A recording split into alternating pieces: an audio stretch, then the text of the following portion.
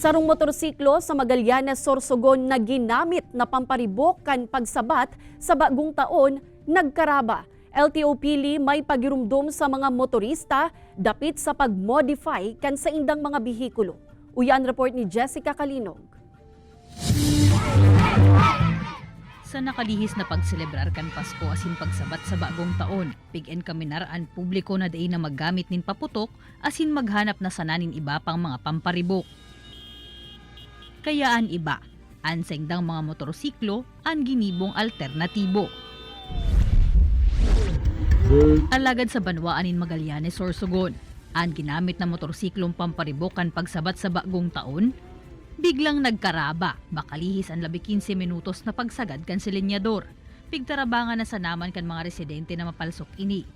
Alagad ang insidente, dahil nasubot na i-report pa sa BFP Magallanes. Pigian kami narman kan estasyon, na dawa pa napalsok na ang kalayo, ipaaraman giraray ini sa indang opisina para sa maninigong disposisyon. Abiso man kan BFP Bicol sa publiko, en kasong malag sa parehong sitwasyon, primerong gibuhon ang pag-apod nin tabang sa mga bombero. And pangalawa po, as much as possible, kung meron po tayong fire extinguisher, so much better po na yun ang gagamitin natin dahil po hindi po pwedeng tubig dahil hindi po naghahalo ang tubig tsaka gasolina. So maybe it can cause more fire pag tubig po ang ginawa nating pamatay apoy. Mientras tanto, mahigot man ang pigpapangalad kan Land Transportation Office ang pag-modify kan mga bihikulo.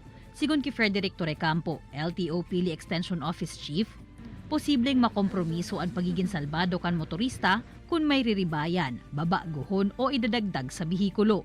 Lalo na kung ginagamit, possible mag-cause ng mga road crash and also mag-cause ng damage to property. Pwedeng ma-damage si makina, maraot mismo sa sasakyan or motorsiklo or mag-cause masulo sa motor mismo.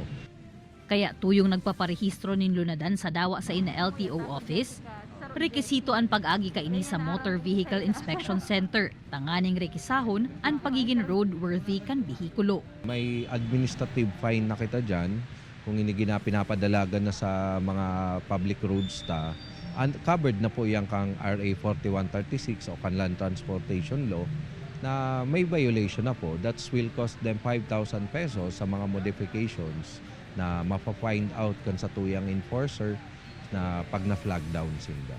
Kaibanan si Carlo Abonita, Jessica Kalinog, Balitang Bicolandia.